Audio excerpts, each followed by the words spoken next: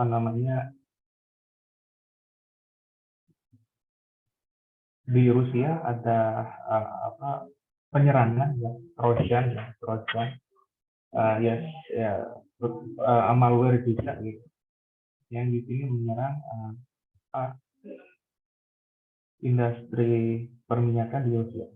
Terus yang kedua 2017 hingga perjalanan mulai April ya 2012 hingga 2017.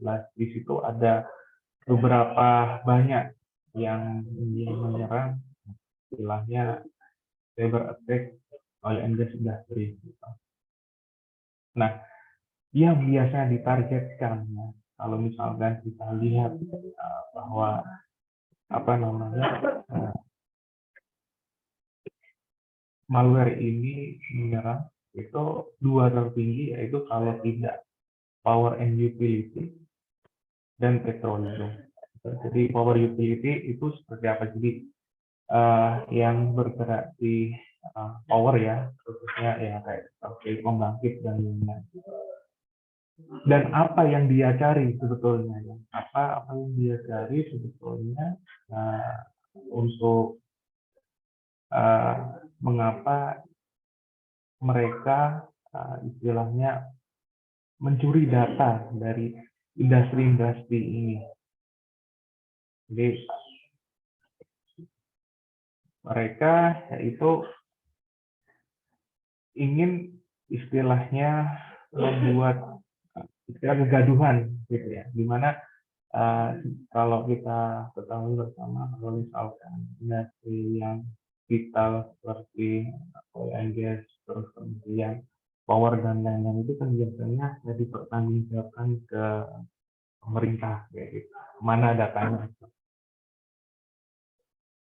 Untuk ini berikut ini adalah kejadian. Jadi kejadian industri yang pernah terinfeksi oleh sebuah malware dengan kecolongan data seperti itu, ya, dia meningkat hingga kuartal 1 2020 hingga kuartal 4 dengan kenaikan sebesar plus minus 200%. Jadi beberapa company juga ini based on-nya di Amerika Serikat ya, ini bisnisnya ada di Amerika Serikat, bahwa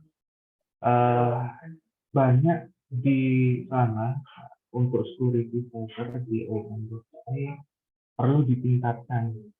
Nah, kemampu data-data yang seperti ini yang biasanya curi seperti itu. Data-data apa aja? Nah, data-datanya biasanya data pengukuran ya, terus data manajemen. Kemudian solusinya apa? Solusi untuk melindungi data tersebut. Ya. Di sini saya membawa satu metode yang namanya Narcotree. Narcotree itu istilahnya, bahasa awalnya itu ketika saya mempunyai satu file ini merupakan hasil data pengukuran. Hasil data pengukuran ini contoh ya, kalau di dunia LNTEC ada flow dan atur, terus kemudian bukaan file gitu ya. Nah, di sana data-data tersebut setelah dimonitoring, terus kemudian nanti jatuhnya data produksi seperti itu, akan di enkripsi. Di enkripsi itu akan diprotek. Nah, sistem proteksinya itu seperti berikut. Jadi ketika data yang sudah didapatkan dari play instrumen, kemudian langsung diproses dan disimpan di storage data itu istilahnya diupload, kemudian akan di-encrypt. Di-encrypt itu istilah dikunci. Nah, dikunci, kemudian setelah dikunci akan di-split. Di-split itu istilahnya kalau misalkan bapak-bapak dan ibu-ibu tahu sistem untuk ekstrak file pakai WinZip atau RAR gitu ya. Nah, kalau misalkan kita mengkompres sebuah data pakai WinZip atau di RAR gitu, nah itu istilah di encrypt atau di lock gitu, dikompres jadi satu. Nah, namun ini kebalikannya, jadi data yang utuh itu akan saya kunci. Setelah saya kunci, kemudian dari kunci itu akan saya split. Dalam artian data ini tadi saya akan cuil-cuil per part 1, 2, 3, 4, 5, terus kemudian saya sebarkan. Nah, didistribusikan atau disebar di beberapa storage gitu, supaya tidak ini ya, apa namanya,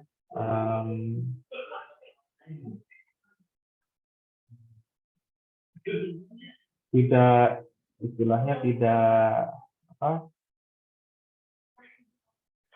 dijadikan satu gitu.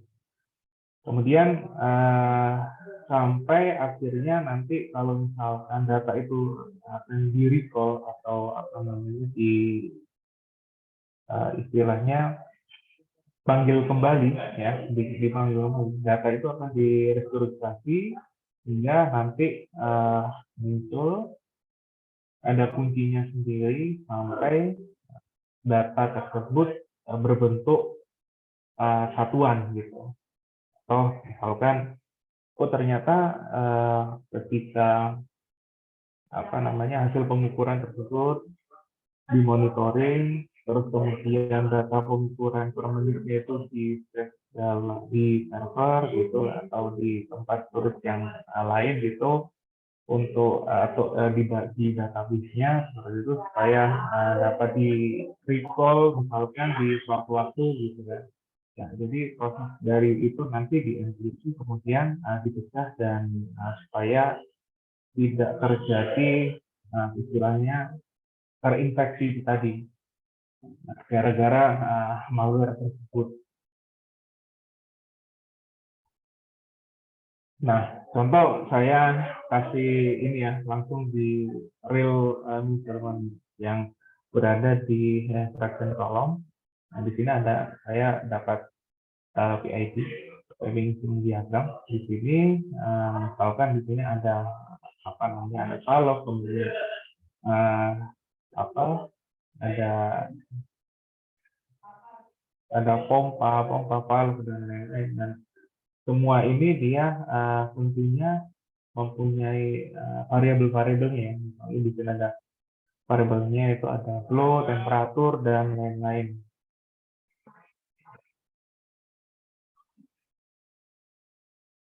Terus berapa variabel ini akan disimpan biasanya ya, biasanya ketika biasanya disimpan di dalam storage gitu kalau sudah dimonitoring. Nah, kemudian ada kasus ransomware masuk atau si spyware-nya itu masuk tanpa kita sadari gitu ya, tanpa kita sadari di dalam PC di apa operator gitu. Nah, apa yang terjadi? Nah, mereka ya tidak tahu apakah ini apa dalam ransomware ini apakah dia data-datanya itu diculik atau seperti apa gitu. Si operator ya tidak apa tidak tahu kalau misalkan data-data itu di baliknya ini lagi ada proses pencurian data oleh si ransomware atau pengekspresian data di enkripsi. Nah, kemudian misalkan ini isi ya, ini penelitian dari Guri et al. Ya, penelitian apa namanya dari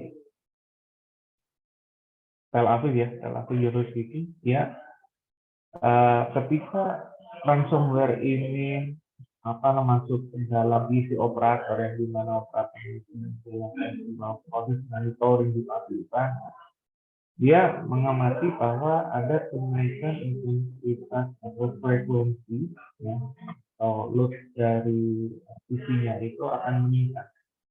Ini performa dari BIOS-nya, terus kemudian ini performa dari kalau misalkan kita buka text manager kan ada grafiknya ini, performanya. Nah, biasanya di TV-nya itu load-nya lebih kencang gitu, karena ada indikasi bahwa ketika ransomware masuk, kinerja prosesor itu akan lebih 2 kali, 3 kali, 4 kali. Nah, cara mengukurnya, kalau misalkan kita di teknik fisika, gimana sih mengukur sebuah ini ya? Apakah menurut Guri et al. Di sini dia pakai 2 metode, pakai sinyal to noise ratio SNR sama FSK, frequency decay. Jadi dari 2 ini tadi ya, mereka mengindikasi bahwa ketika nanti frekuensinya atau sekian, nah berarti kemungkinan ini masih yang kemungkinan hipotesa bahwa si ransomware ini akan masuk gitu di dalam sistem mereka. Sebab kalau dilihat dari performanya di CPU-nya, dia juga meningkat di sini gitu. Padahal sebelum-sebelumnya enggak. Nah, seperti itu. Ini penelitian di Guri et al. Nah, caranya bagaimana? Caranya yang tadi, ya variabelnya yang float, temperatur, terus uploader dari Valve dan lain-lain itu diupload, ya biasanya berbentuk CSV itu ya. Kemudian datanya ini dienkripsi, atau dienkripsi itu di log. Nah, di log, jadi satu data gitu kan, misalkan satu data ini dikunci. Nah, misalkan dari satu menit data pengukuran, nah itu kan bisa biasanya ribuan gitu, ribuan parameter, seperti ada temperatur dan lain-lain. Nah, satu waktu itu akan di-encrypt atau dikunci, kemudian setelah dikunci dia akan di-split atau disebar seperti itu. Kemudian ini cara memproteksinya, data pakai metode Merkle tree itu tadi. Kemudian didistribusikan ini adalah dipos-poskan beberapa node. Beberapa node ini kayak dititipkan di storage gitu. Nah, setelah itu ketika nanti data itu mau di-recall atau dijadikan data utuh yang seperti ini tadi, dia akan step 5, 6, 7, sampai 8. Berarti dari distribusi ini akan menjadi rekonstruksi menjadi satu file, kemudian dapat dinikmati datanya berapa utuh gitu. Nah, metode ini adalah metode tahun 2018 ya, mengenai cyber security ya, untuk pengamanan data. Untuk pengamanan data umumnya kebanyakan bisa itu data private data atau data yang istilahnya krusial seperti itu. Ada juga beberapa metode konvensional kalau misalkan kita sendiri sering update Windows-nya, operating system yang tidak menggunakan software bajakan dan lain-lain, itu terkadang bisa memproteksi, tapi sifatnya hanya sementara. Karena apa? Karena kalau misalkan data itu bukan data yang krusial dan dalam tanda kutip dia dapat dicuri, terus dan data itu adalah data yang sifatnya sangat rahasia seperti itu, kemungkinan seorang apa namanya hacker atau seorang penyadap yang seperti itu akan melihat itu sebuah potensi buat meminta tebusan. Gitu. Jadi kalau misalkan saya juga ada pernah pengalaman bahwa oke, kalau misalkan seperti itu biar nggak terkena infeksi malware dan antivirus, nah seperti itu kita rajin mengupdate gitu kan, tidak menggunakan software bajakan. Nah, itu kejadian beberapa bulan yang lalu ya. Bulan yang lalu waktu itu rekan saya ini dari Oil and Gas juga. Jadi ini sekedar sharing bahwa itu ketika diterapkan satu keseluruhan dia memang apa namanya orang IT ya, orang IT. Jadi dia tahu apa yang nggak boleh diklik dan lain-lain. Nah, suatu ketika dia colok jaringan WiFi atau jaringan kabel pakai kabelan dari TV dia untuk waktu itu mau ini apa maintenance peralatan yang ada di control room.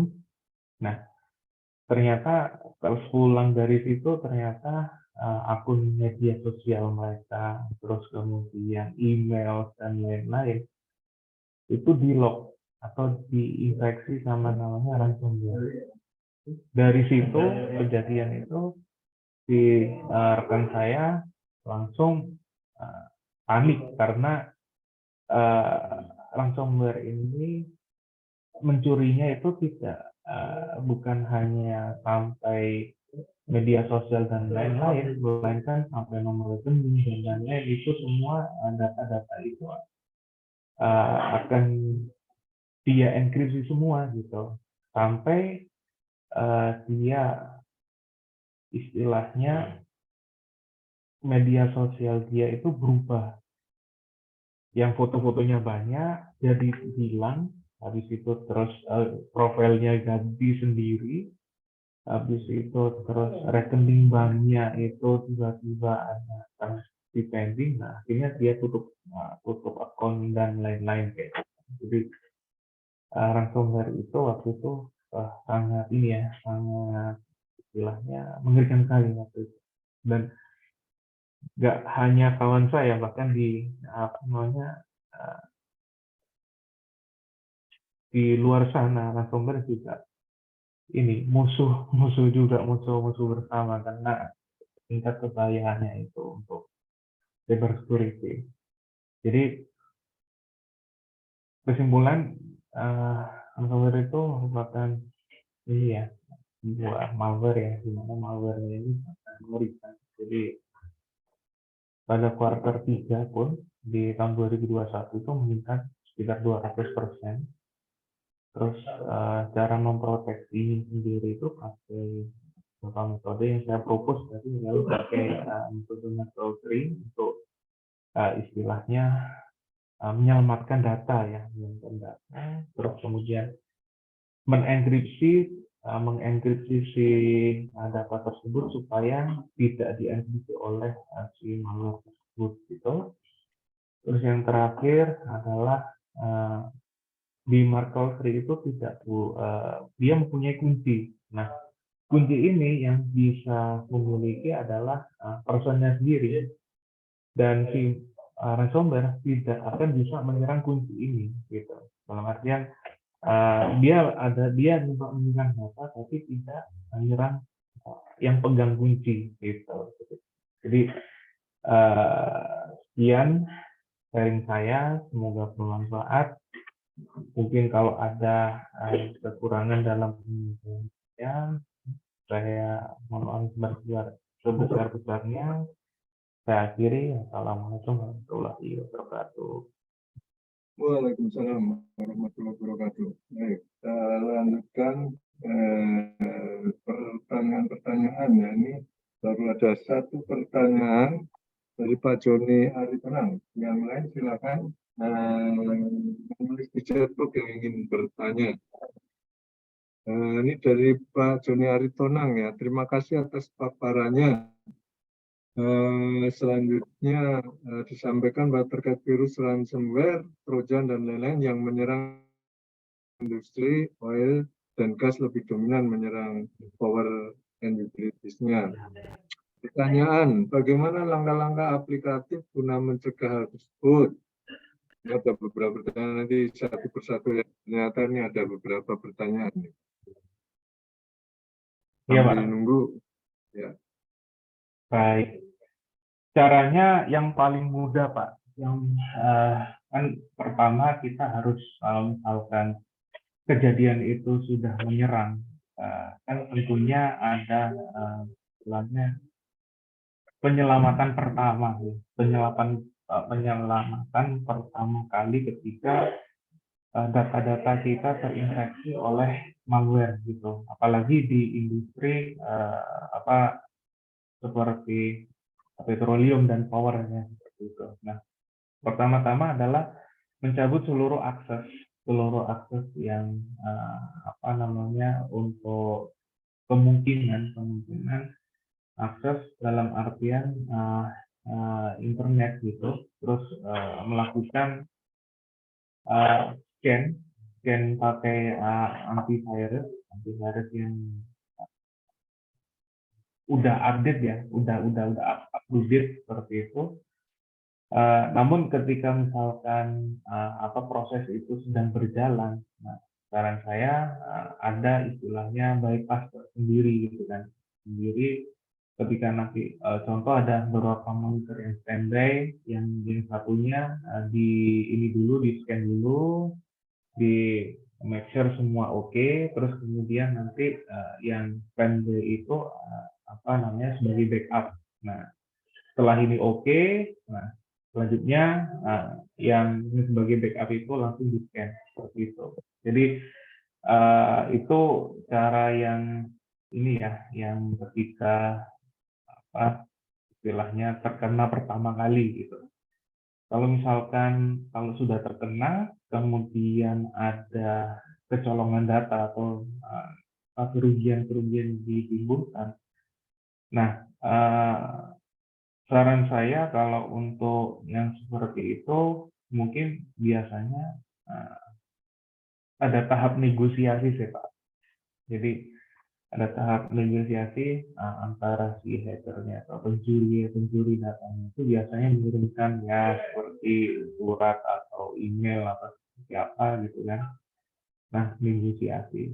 Pernah juga ada beberapa cerita gitu gara-gara ransomware, beberapa industri itu harus membayar sekian ribu USD karena data yang dicuri itu memang data sangat amat rahasia dan tidak boleh bocor. Nah, akhirnya ada beberapa di industri itu yang memberikan seperti itu. Ya, istilahnya ya menebus kepada yang hacker tersebut gitu.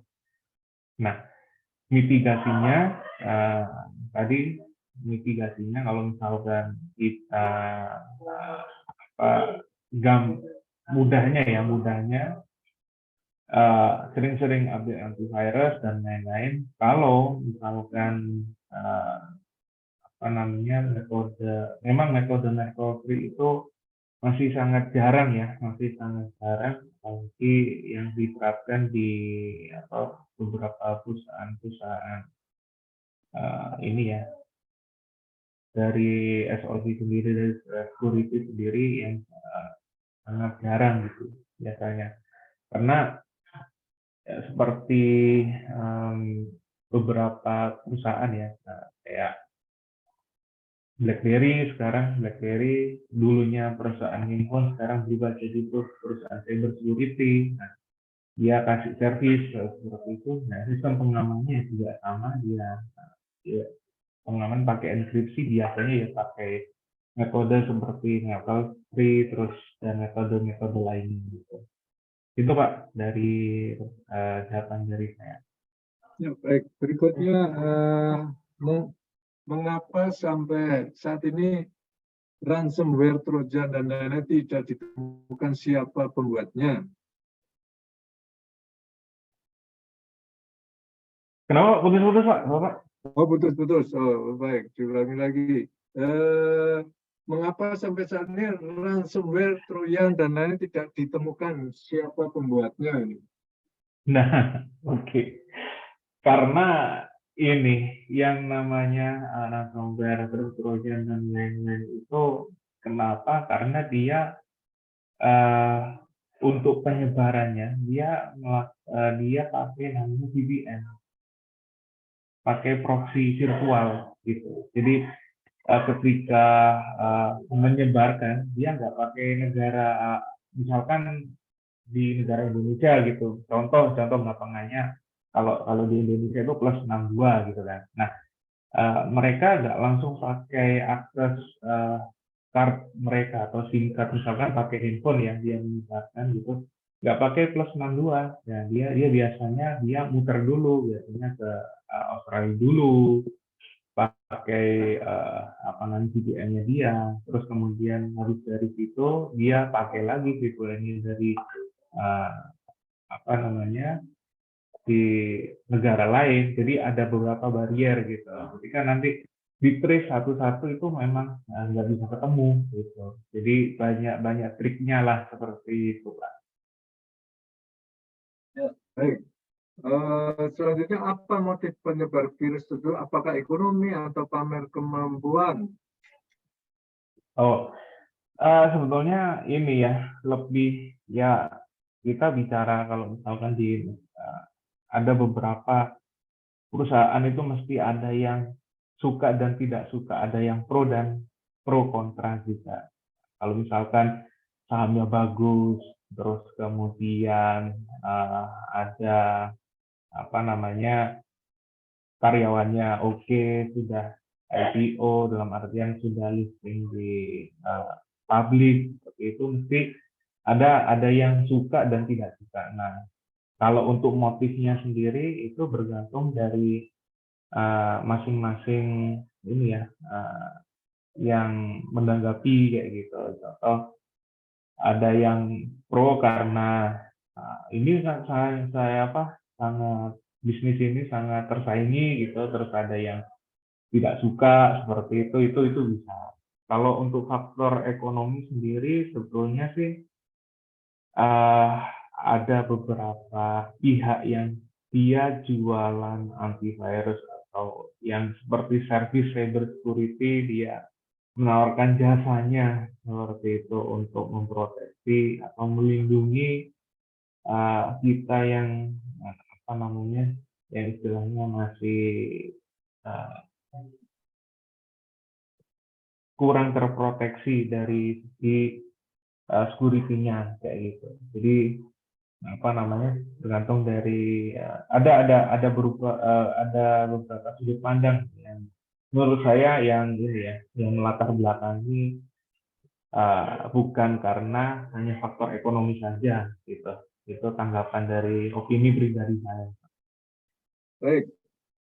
Berikutnya, apakah industri oil and gas di Indonesia sudah pernah terinfeksi virus tersebut? Kalau pernah, bagaimana kerugian yang dialami?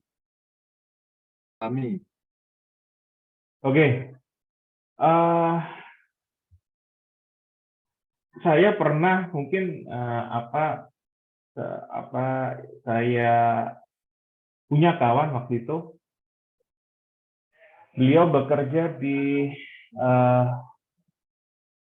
PGN.com, Pegaskom, anak-anak perusahaan dari PGN waktu itu sekitar tahun 2021 atau 2000 sekian, pernah terkena.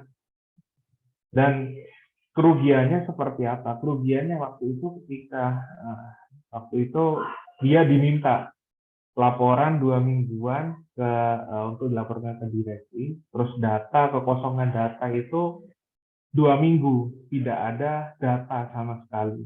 Padahal dulunya itu dia lihat data itu terkirim sering dan lain-lain. Ketika ada pelaporan data yang diminta oleh direksi karena itu mungkin ada pertanggungjawaban karena apa namanya data tersebut mungkin berupa data produksi yang harus diaudit misalkan seperti itu. Nah, rekan-rekan saya ya amat kelimbungan waktu itu. Sampai dia pun wah ini ransomware ini memang mengacaukan semua storage.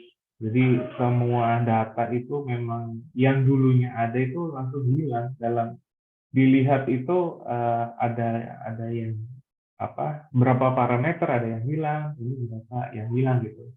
Kalau untuk nominalnya sendiri tidak tidak di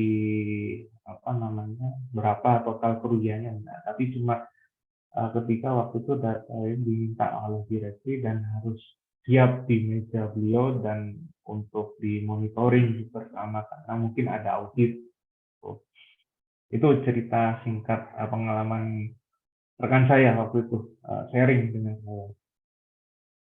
Baik, berikutnya dari Pak Pandu Santoso. Izin bertanya, malware ini yang menyerang migas data-data negara bila terjadi, apakah provider yang ada di dunia yang bisa memberi langkah yang strategis untuk negara? Mungkin bertanya, apakah ada provider di dunia yang bisa memberi langkah-langkah strategis untuk mengatasi masalah malware ini? Oke, kalau untuk provider Pak, provider ini kan biasanya mereka itu adalah sebuah seperti provider yang ada di Indonesia adalah menawarkan jasa telekomunikasi, ya. Bukan jasa untuk istilahnya jasa untuk kemudahan berkomunikasi, bukan untuk jasa perlindungan data seperti itu. Kan beda bisnis, beda role bisnisnya. Ketika si provider ini provide untuk komunikasi dan apakah provider itu juga wajib melindungi data-data tersebut, itu tidak, saya rasa menurut opini saya tidak bukan bagian dari servis mereka ya, karena yang provider ini hanya pelayanan dari telekomunikasi. Kalau misalkan yang ada beberapa pihak seperti yang saya mention tadi, BlackBerry gitu kan ya. BlackBerry sekarang berubah menjadi bertransformasi menjadi perusahaan cyber security yang dari dulu tahun 2000-an dia produksi handphone, sekarang dia beralih ke perusahaan cyber security kayak gitu. Jadi memang kalau untuk kita bukan menyalahkan, istilahnya melempar tanggung jawab, yang harus bertanggung jawab ini kalau ada malware seperti itu perusahaan provider, itu bukan, karena di perusahaan provider itu hanya melakukan jasa gitu. Nah, pelaku penyedia jasa dia istilahnya memberikan servis untuk kemudahan, istilahnya untuk kemudahan untuk bertukar informasi, bukan untuk lebih ke memproteksi data dan lain-lain. Kalau untuk memproteksi itu ada third party-nya, istilahnya orang yang menggunakan jasanya ini berarti harus siap istilahnya dari security, terus membangun environment-nya, terus kemudian membangun beberapa ininya juga, fasilitas-fasilitasnya kayak gitu. Namun untuk provider hanya cukup menyediakan jalurnya aja gitu. Jadi kalau misalkan dia bertanggung jawab, enggak, karena role bisnisnya dia hanya menyediakan wadah komunikasi saja, gitu Pak. Baik, Berikutnya dari Pak Zul. Ini pesan langsung saya. Selamat sore, saya mau tanya software apa yang bisa digunakan mereduksi risiko terjadinya cyber attack? Lalu software apa yang biasa digunakan dalam metode Merkle Tree ini? Oke, baik. Untuk ini ya, untuk menanggulangi cyber attack ya. Yang pertama, tentunya kalau misalkan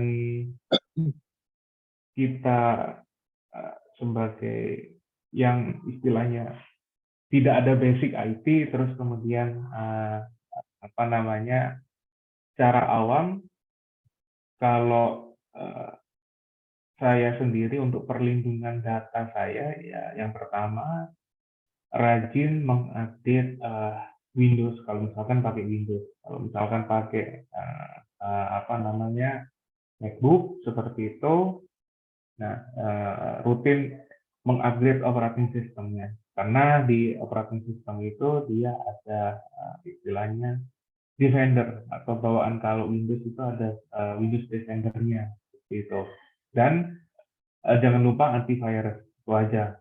Nah, kalau Merkle Tree itu apa namanya, bukan software, tapi dia ini adalah sebuah metode. Jadi dia seperti kayak apa namanya, dia di embedded sendiri, Bapak, bukan apa namanya, dia di embedded sendiri, istilahnya dia di develop oleh orang atau kelompok dengan yang namanya metode Merkle Tree itu. Nah, proses developingnya itu menggunakan software yang namanya open source. Nah, open source ini biasanya di publik itu gratis, tapi cuma untuk merangkainya itu perlu expert di bidangnya, seperti itu, Pak. Jadi bukan dijual belikan secara bebas gitu. Baik, berikutnya dari Pak Pandu Santoso. Apakah metode pohon Merkle sudah dipakai untuk proteksi data-data negara, kedaulatan negara? Apa bisa dipakai di Indonesia? Mohon pencerahannya. Oke, kalau untuk potensial ya, potensial apakah bisa metode ini diterapkan? Yang sepengetahuan saya dari saya baca literatur itu sangat bisa sekali, terutama data-data yang ada di sektor-sektor krusial seperti itu. Nah, untuk keamanan negara dan lain-lain biasanya mungkin apa namanya, proteksinya akan berlapis, Pak.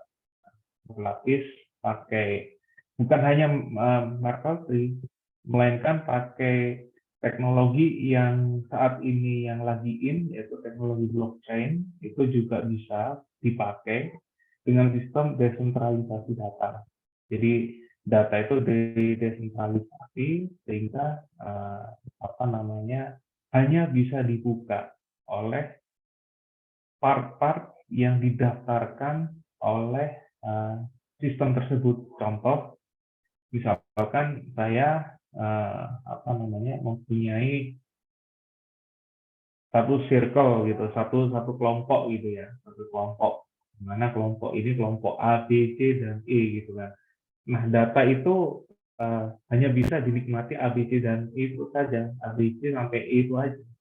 Kemudian tiba-tiba ada orang itu nimbrung di sini, nah itu nggak bisa. Nah, itu pakai namanya teknologi blockchain seperti itu. Ada beberapa selain apa namanya Merkle, ada namanya teknologi blockchain itu. Gitu, Bapak. Baik, berikutnya dari Pak AJN ya. Kalau dari tabel tadi, attackernya kebanyakan Rusia, Iran, US, Israel. Bagaimana ini komentarnya ini, Pak? Ya, kebanyakan memang dari Rusia, Israel ya. Karena apa, untuk mereka yang misalkan contoh yang saya bawa tadi itu adalah use case use case yang existing gitu ya. Kalau yang use case yang ada di negara kita itu saya kurang tahu apakah di open ke publik atau tidak, karena seperti cerita kawan saya yang rekan saya itu, apakah ini dipublish itu enggak memang gitu Pak. Jadi ketika ada perusahaan ini atau perusahaan mereka kena ransomware, mereka nggak akan publish-nya gitu. Saya kurang tahu apakah regulasi dari perusahaan tersebut atau seperti apa. Jadi mereka cepat tangani. Yang saya paparkan kali ini adalah use case-nya adalah yang ada berada di luar negeri gitu. Karena mereka yang ini istilahnya di open ke publik gitu. Oh ternyata saya pernah loh kena ini. Gitu. Kalau yang di Indonesia seperti kawan saya yang cerita itu kepada saya, memang dia bekerja di anak perusahaan Pertamina waktu itu. Ya mungkin ada regulasi supaya tidak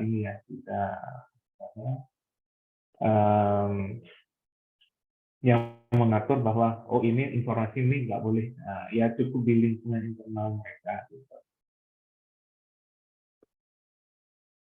Baik, berikutnya dari Pak Pandu Santoso lagi nih. Bila malware menyerang sistem kontrol yang dikendalikan dari jauh, mohon pencerahannya. Oke, selama itu ada akses Pak, akses istilahnya internet, komunikasi internet akan sangat bisa sekali terinfeksi. Selama itu ada akses internet, ada jalur komunikasi jarak jauh, kan pasti menggunakan internet, itu pasti akan terinfeksi. Gitu. Dan apakah semua aman dari infeksi itu, walaupun kita sering update dan lain-lain, itu belum tentu. Karena kecanggihan teknologi ini akan dia terus mengupdate sendiri gitu. Caranya ya itu tadi ya kita sebagai manusia ya hanya berikhtiar semoga aja tidak kena gitu kan. Kalau misalkan mau menyewa vendor atau third party yang istilahnya dia khusus cyber security, nah itu akan sangat secure sekali bahwa oh ternyata ya udah nggak apa-apa, saya bebas menggunakan fasilitas internet kemauan saya untuk kontrol jarak jauh, untuk misalkan di sistem industri yang berbasis distribute control system gitu, yang terintegrasi pakai sistem semua gitu kan, dia pakai internet dan lain-lain. Nah, terus menggunakan vendor pihak ketiga yang bergerak di cyber security itu sangat aman sekali karena ada pihak yang bertanggung jawab untuk security data antar lintas komunikasi data antar pabrik atau antar perusahaan itu sih Pak. Baik, berikutnya dari Pak Iksan Hasbullah. Apakah untuk pemula dapat mempelajari sistem ini melalui pelatihan, training, workshop, dan sebagainya? Juga di mana mengetahui menjangkau pembelajaran tersebut? Apa persiapan yang diperlukan oleh pemula tersebut? Terima kasih Bapak. Oke, terima kasih Pak. Untuk ini ya, untuk memulai metode Merkle ini biasanya skill set atau skill yang harus dikuasai adalah ini logic programming itu skill set yang pertama. Kalau misalkan itu skill set pertama maksudnya yang dasar yang harus dikuasai adalah sistem programming sederhana dan logika gitu. Nah, kalau misalkan itu seperti pemula itu bisa dapat, nah nanti kedepannya akan bisa secara misalkan ada kemauan tersendiri belajar giat sekali, itu akan terbuka. Nah, kalau untuk sebuah institusi atau apa namanya program training untuk cyber security itu di Indonesia khususnya itu sangat kurang, Pak. Jujur saya mengatakan ini sangat kurang karena di kami atau kebetulan saya juga ex akademisi juga, saya melihat beberapa apa namanya jurusan cyber security ya umumnya yang ada di Indonesia ini sangat kurang gitu jurusan ini ya perkuliahan yang membahas cyber security yang secara intens itu sangat kurang sekali. Nah, di zaman yang era serba canggih ini perkembangan internet sudah sampai versi ketiga ya. Versi ketiga itu sudah sampai ada metaverse dan lain-lain yang kita bisa masuk pakai VR ya, yang pakai kacamata itu. Nah, itu nanti security akan ini cara cepat atau lambat akan sangat dibutuhkan gitu. Jadi dari situ mungkin apa namanya kalau secara awam kalau orang biasa mau belajar bisa dasarnya adalah dasar pemrograman sederhana dulu, Pak. Nah, biasanya kalau yang di Multiply itu dia pakai karena basisnya dia Linux ya paling nggak harus menguasai namanya bahasa bash biasa itu dulu Pak. Baik. Berikutnya masih Pak Iksan Hasbullah ya. Untuk spesifikasi perangkat untuk mengoperasikan sistem harus yang bagaimana Pak yang wajib diketahui? Terima kasih. Oke. Kalau operating system Pak, kebetulan di apa namanya saya sendiri itu untuk versi komputernya adalah pakai komputer ya tidak pakai high end specification kayak gitu. Jadi yang spesifikasi ya standar ya seperti RAM-nya 4 GB terus kemudian memorinya segini. Tapi saya menggunakan namanya GCP. GCP itu adalah Google Cloud Service. Jadi pakai fasilitas GCP yang sistemnya nanti remote. Nah, gitu. Jadi untuk spesifikasinya kita nggak usah investasi alat yang mahal yang untuk membuat programnya, tapi pakai Google Cloud Platform, di mana dia nanti secara remote kita install di deploy di platform tersebut gitu. Jadi alat yang kita gunakan di sini sederhana aja komputernya, tapi cuma yang di sananya itu menyewa namanya GCP Google Cloud Platform. Baik, dan berikutnya dari Pak Pandu Santoso lagi nih. Nah, untuk pengguna penyimpan cloud, apakah lebih riskan cyber attack-nya? Untuk perusahaan negara yang anggarannya terbatas, bagaimana? Mohon pencerahannya. Oke Pak. Untuk cloud itu bisa gini Pak. Misalkan pakai cloud ya. Apakah cloud itu secure atau tidak?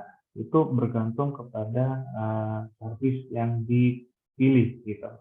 Nah, kalau yang service yang dipilih adalah service yang istilahnya ketika saya beli contoh gitu, ini waktu bercakapan sama orang Google-nya atau Google Cloud Platform, ini mau dibuat seperti apa? cloud-nya. Apakah untuk storage data, apakah hanya untuk memproses data, atau hanya untuk komunikasi, untuk penyimpanan data temporary. Nah, itu ada beberapa pilihan gitu. Nah, kalau misalkan datanya itu adalah data level 1 dalam artian yang krusial banget, mau tidak mau, suka atau tidak suka, kita harus menyediakan perangkat yang istilahnya server fisik. Yang server fisik itu bukan yang seperti cloud ya, jadi ada rak-rak itu, terus kemudian ada servernya kayak gitu. Nah, yang beli contoh yang produk-produk seperti IBM dan lain-lain kayak gitu.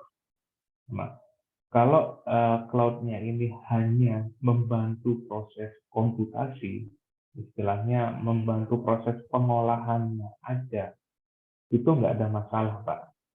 Jadi kalau misalkan data itu level 1, itu pakai server fisik. Kalau misalkan pakai service cloud, itu membantu proses komputasi. Karena apa? Karena yang di device kita, yang laptop kita gunakan, itu beda spesifikasinya dengan komputer yang ada di cloud gitu.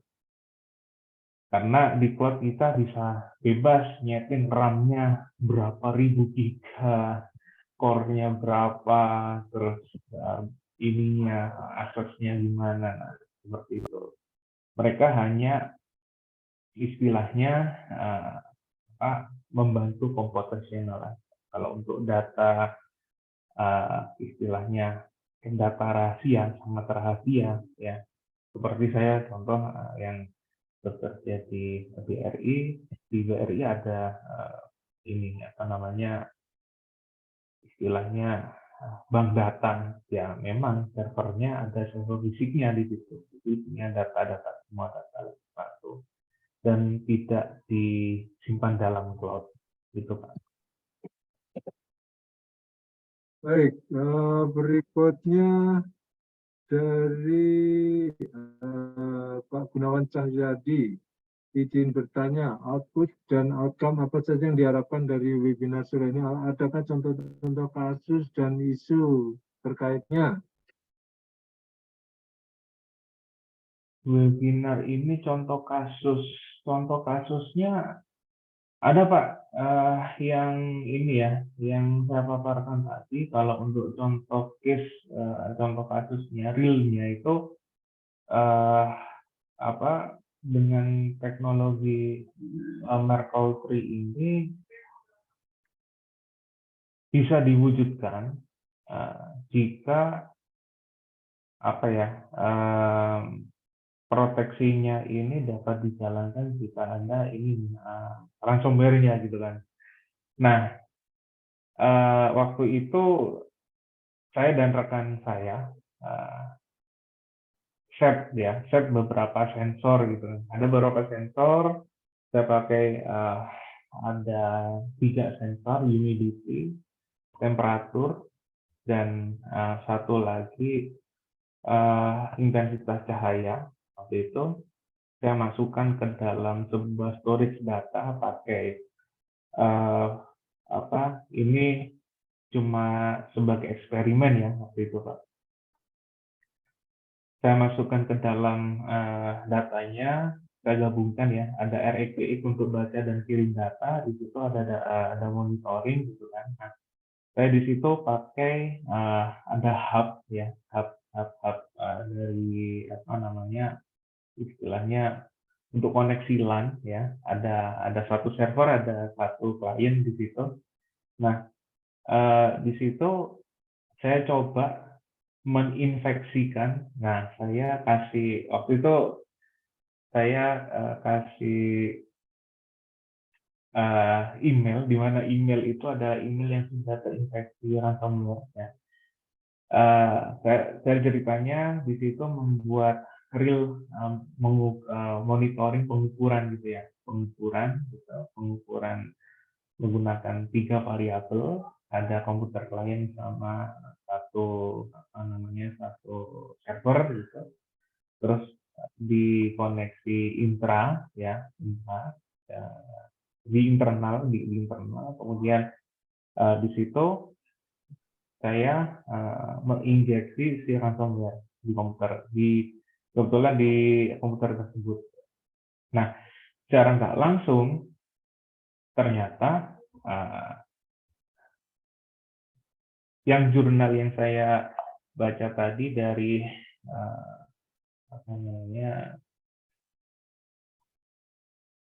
Guri et al. Ini menyatakan bahwa nanti untuk disk atau penyimpanan storage, kemudian kecepatan prosesor akan meningkat tajam. Kemudian setelah meningkat tajam, nanti ada proses tersendiri, entah frekuensi, terus kemudian daya yang dihasilkan itu akan naik. Dibuktikan dengan eksperimennya ini.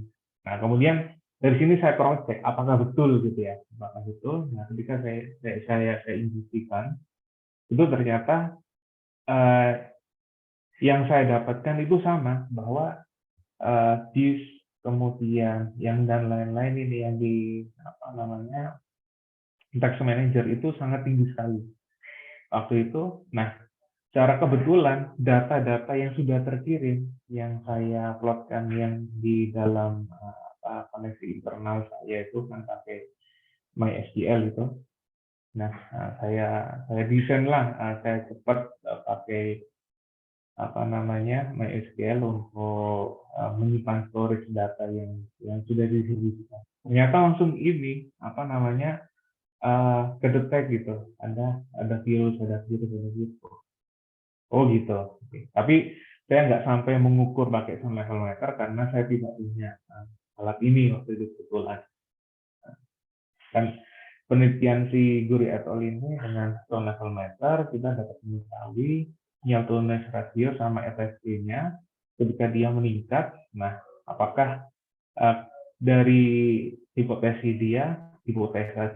Guri et al. Itu ketika dia proses sinyal to ratio SNR-nya naik sama indeksnya FSK-nya naik, itu ada kemungkinan PC ini terinfeksi gitu. Dan saya meyakini bahwa cirinya si PC-nya terinfeksi itu load dari prosesornya yang biasa aja, tiba-tiba naik hingga panas seperti itu gitu. Nah, dari situ saya berkesimpulan bahwa oke, berarti fix ini jaringan kami sudah terinfeksi gitu waktu itu. Dan mencoba Merkle tree-nya, kami waktu itu masih dalam tahap pengujian satu variabel, waktu itu pakai Merkle tree sederhana, dan sudah berhasil di-log dan lognya itu kuncinya si ransomware ini tidak bisa memakan kuncinya ini, yang maksudnya kuncinya itu kunci yang terenkripsi gitu kan. Dia hanya bisa menginjeksi atau menginfeksi data-data yang ada aja. Ya, istilahnya yang belum terenkripsi dengan baik seperti itu, Pak. Baik, berikutnya masih Pak Gunawan Cahyadi ya. Kompetensi pemrograman sistem komputer apa saja yang menjadi syarat awal penguasaan materi ini? Oke, syarat awal. Yang pertama ini Pak, syarat awalnya yang pertama yaitu harus menguasai komputer jaringan dulu. Itu saya skill untuk skill setnya yang pertama penguasaan bahasa Linux atau Bash, itu yang pertama. Terus yang kedua Fortran. Terus yang ketiga pakai yang namanya ini ya, hyperterminal. Terus kemudian ada eh, untuk storage-nya ya, untuk storage-nya bisa pakai Oracle, bisa pakai eh, apa SQL, MyPHP kayak gitu. MySQL atau SQL itu pun bisa. Jadi paling dasar adalah sistem jaringan dulu, skill. Terus kemudian skill yang kedua, pemrograman yang ini basisnya Linux tadi. Gitu. Itu untuk membuat Merkle tree-nya. Kalau untuk mendesain jaringannya itu pakai jaringan. Dan untuk hardware-nya ya kalau teknik fisika mahir lah, untuk hardware interface itu mahir lah Pak. Itu ini. Baik, berikutnya dari Pak Iksan Hasbullah. Untuk cloud sendiri itu apakah adakah sistem kerjasama bersama vendor, institusi, lembaga lain, ataupun mungkin bisa didapatkan dengan cara berlangganan atau krekan, Pak? Terima kasih. Oke, untuk Merkle tree itu sebetulnya apa namanya, metode ini baru ditemukan tahun 2000, sudah lama sih. Metode ini ditemukan di tahun 2028, sempat dipatenkan di US Patent. Untuk softwarenya ini apa namanya, lebih ke open source. Jadi semua itu bisa akses, namun base-nya itu bisa di-create sesuai kebutuhan. Nah, seperti itu. Jadi nggak ada apa versi crack atau versi apa, tidak.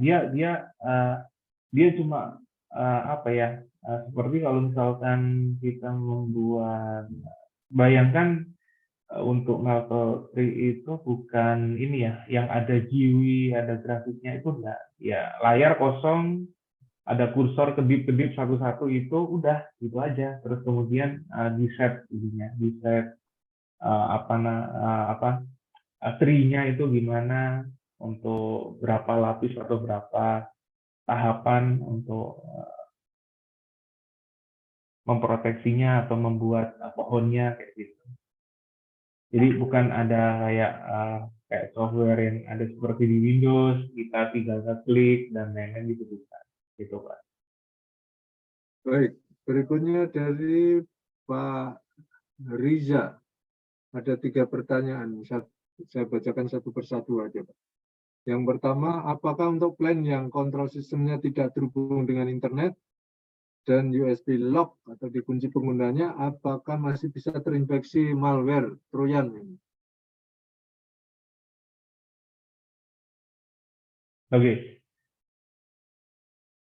Kalau USB-nya USB lock, apakah masih ini ya, masih apa bisa terinfeksi Trojan apa enggak? Nah, balik ke ini Pak, apa namanya, sistem security dari perusahaan tersebut. Nah, kalau misalkan masih ada akses istilahnya internet, dan internet itu adalah apa namanya, yang berkaitan dengan pengukuran, terus kemudian ada akses walaupun USB-nya itu sudah di-disable lewat apa namanya, ini ya, istilahnya CPU gitu. Kalau ada akses, misalkan saya mau maintenance data nih pakai fasilitas remote, nah itu adalah celah buat malware itu masuk.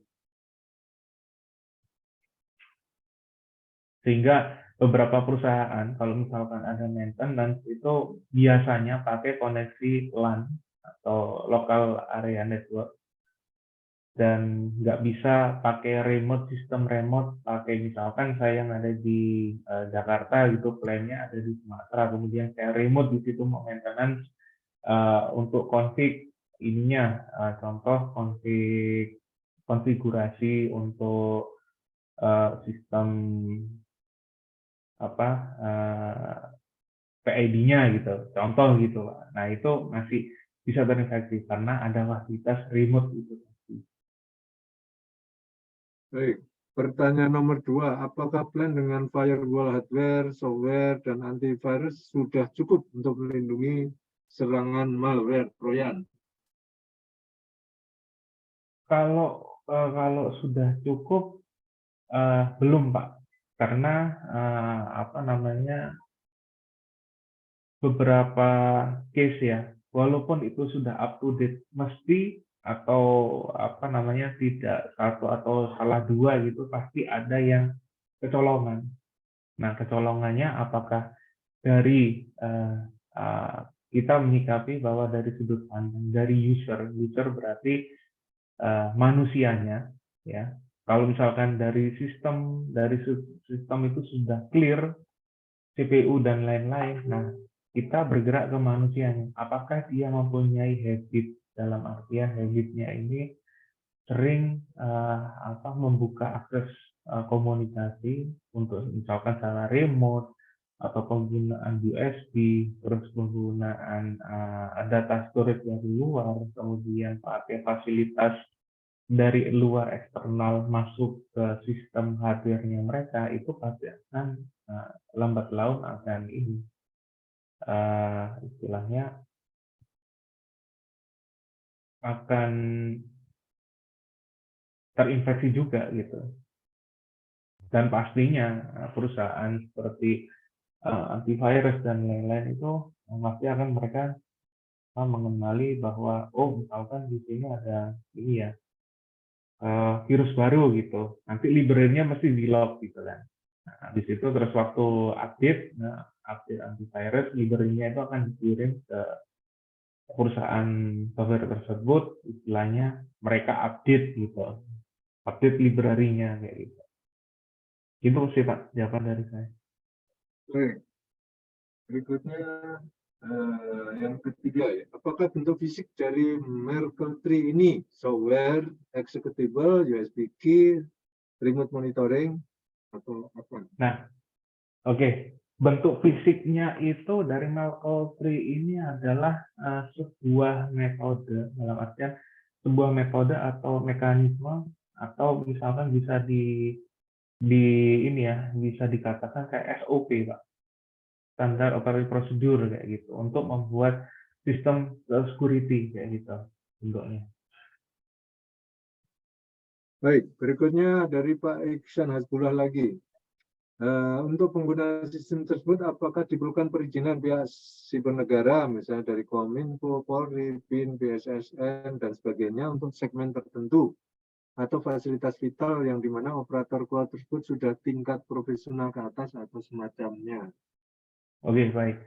Untuk metode Merkle Tree ini memang dia open source ya. Open source itu seperti Android, itu berhak mereka mengembangkan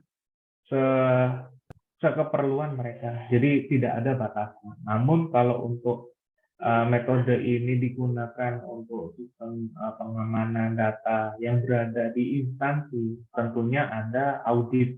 Nah, sistem auditnya itu biasanya diinspeksi oleh lembaga eksternal ya, eksternal cyber security atau lembaga security teknologi tertentu gitu. Nah, karena ini di open ke publik, jadi semua orang bisa menggunakan, tapi harus dikonfigurasi sesuai kebutuhannya gitu deh. Baik, yang di ini chatbox sudah habis. Apakah ada yang mau bertanya secara langsung? Silakan kalau ada yang mau menggunakan mikrofon.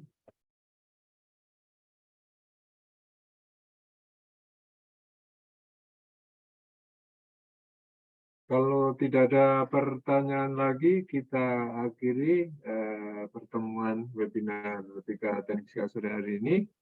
Sekali lagi, saya atas nama BK Teknik KPI mengucapkan terima kasih yang sebesar-besarnya kepada Pak Wahyu Sasongko Putro, yang sudah menyampaikan paparan dan menjawab pertanyaan-pertanyaannya. Terima kasih pada Pak Waluja yang sudah menyampaikan sistem unsur hari ini. Terima kasih kepada Ibu-Ibu dan Bapak-Bapak sekalian yang sudah bergabung di acara webinar BK Teknik Fisika sore hari ini. Kita lanjutkan acara besok sore tentang pencahayaan untuk agriculture yang berkelanjutan. Silakan yang berminat bergabung. Informasi lebih lanjut kita susulkan. Mohon maaf kalau ada hal yang kurang berkenan. Tetap berhati-hati dengan protokol kesehatan ya, walaupun sudah longgar ya. Terima kasih. Salam sehat selalu dimanapun berada. Wassalamualaikum warahmatullahi wabarakatuh. Waalaikumsalam warahmatullahi wabarakatuh. Terima kasih Bapak. Terima kasih.